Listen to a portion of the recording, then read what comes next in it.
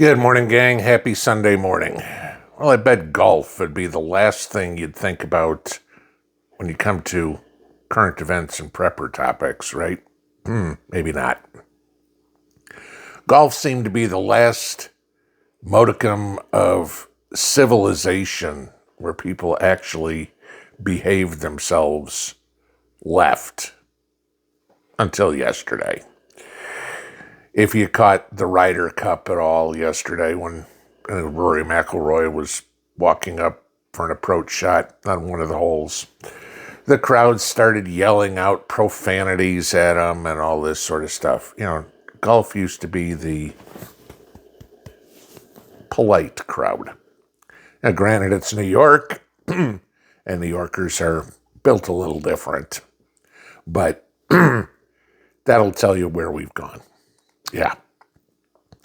Civility has left the building. Let's put it that way. Which brings us to what happened yesterday. And you better get ready, because we are getting closer and closer and closer to driving down the road, stopped by the troops. Yesterday, at the request of Pam Bondi, Donald Trump ordered the military to protect ICE facilities and authorized them to use full force. Yes, questions before you guys were asking, like when we had the National Guard in Washington, D.C., were the troops armed? At this point around the ICE facilities, yes, they will be. And they are authorized to shoot. We've gotten to a point now where, obviously, you know, Antifa was declared a domestic terrorist group earlier this week. But we've gotten to the point now where the American public, a sector of them, is hell-bent on anarchy, on tearing it all down, to the point where there's nothing stopping them. Without a whim, hey, we'll shoot people. We'll burn down buildings. We'll firebomb buildings. We'll destroy property. Doesn't matter whose it is. Oh, it's government property? Fine. Oh, it's personal property? Who cares? I mean, even last week, some leftist killed a couple of illegals. Collateral damage, I guess, as far as they're concerned. We have a terrorism problem in the United States. And it's not ISIS or Al-Qaeda. It's fellow Americans.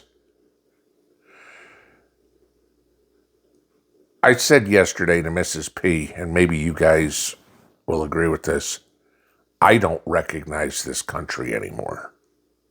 I mean, sure, my little hole in a wall here and my local community, yeah, it's pretty much the same. I wouldn't be caught dead at this point going into a New York, a Seattle, a Portland, a Chicago. That's walking into Vietnam. You're actually, I mean, this is statistically, you are actually safer walking through Vietnam in the 60s than you are walking through the south side of Chicago. That should scare the crap out of everybody. Okay, you're more likely to get shot there on a numbers basis.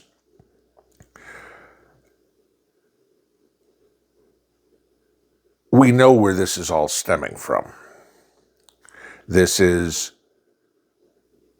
somebody's paying these people. Pellets of bricks don't just show up on the street corner all by themselves. Home Depot doesn't go, you know what? We got extras. We'll just put them out here in case somebody wants to build a house here. It doesn't work that way. This is all organized. We can all point our fingers at George Soros. Okay, he's one. He denies it. Oh, I don't sponsor anything like that until paper trail leads back that some $80 million of donations to NGOs that he's made have gone to organizations that sponsor terrorism. Okay. But no, he has nothing to do with it. He gives away the money and he can't be bothered to find out how it's used. Right. And I got oceanfront property in Arizona for you. No, this is coming from other places besides George Soros. I can't prove it, but I would bet that a lot of this is also being paid for by arms of the DNC. Here we are, we're a little more than 2 weeks removed from Charlie Kirk's assassination. And we had the ICE issue in Dallas, and we had the wedding issue in New Hampshire, et cetera, et cetera, et cetera. But Gavin Newsom decided to come out yesterday and ramp up the rhetoric. He's now calling members of Trump's cabinet SS, okay? The German special police, Nazis, yeah. They didn't learn anything from the assassination of Charlie Kirk a couple of weeks ago. They've continued on with their rhetoric. They haven't toned it down. They've actually amped it up. They want this violence. They've lost the argument. They have nothing to offer. So the only thing they do is run their mouth, toe the line. Well, I didn't tell him to go out and kill somebody. No, you did, just not in those words. I mean, what's the first thought when you find out somebody's a Nazi, if you will? You want to see him unalived. All he needs is one person to go do it, to go on his orders. It's hilarious how the left loves to accuse Trump of being Hitler, yet they themselves are the ones that are doing exactly what Hitler did. Brainwashing the people, telling them to be violent against certain groups of people. And then, well, gee, I'm kind of innocent in this. I didn't do it myself. He took my words out of context. Right. Okay. No. I, for one, support the fact that we are sending military to ICE facilities. I'm all for them locking and loading. This has got to stop. But it's pretty bad when common courtesy, decorum, morals, values are gone. When the only way that we can stop these people from killing their fellow countrymen is by putting them down themselves. I don't want to be in that situation. I don't envy those guys who are going to have to do that. But it has to be done. You don't take a cancer and put a bandage on it. You cut the whole thing out. Antifa, BLM, the Socialist Guns of America, all these groups, the KKK, right, need to be removed, arrested, charged, tried, and incarcerated. Throw away the key, no more.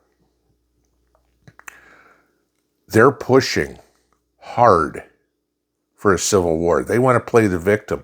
But I was only shooting at an ice facility, and then your big bad mean government shot our friend. And there's people that actually buy that and go, oh, you're a victim. You gotta be kidding me. Just be prepared, especially if you live in, say, Portland or Dallas, Chicago, Baltimore, St. Louis, New Orleans. You may wind up encountering a military checkpoint, especially if you go into a city, if you're anywhere near an ice facility. 99.9% of us in this country, well, probably not even that, probably 95% of us in this country don't have anything to worry about. Where are you going, sir? I'm on my way to Home Depot. I've got to pick up, a hammer and nails. Have a nice day. Where are you going, sir? Oh, I'm on the way over here to shoot up an ice facility. Not that they're going to say it, but it's going to be pretty obvious when the guy comes with some deranged look on his face with piercings all over the place and wearing a t-shirt that says ANTIFA Super Soldier. You're going to have a good idea. Kudos to the Trump administration for trying to clean this mess up. Because if they don't do it soon, the mess is going to start getting real messy. Pinball out.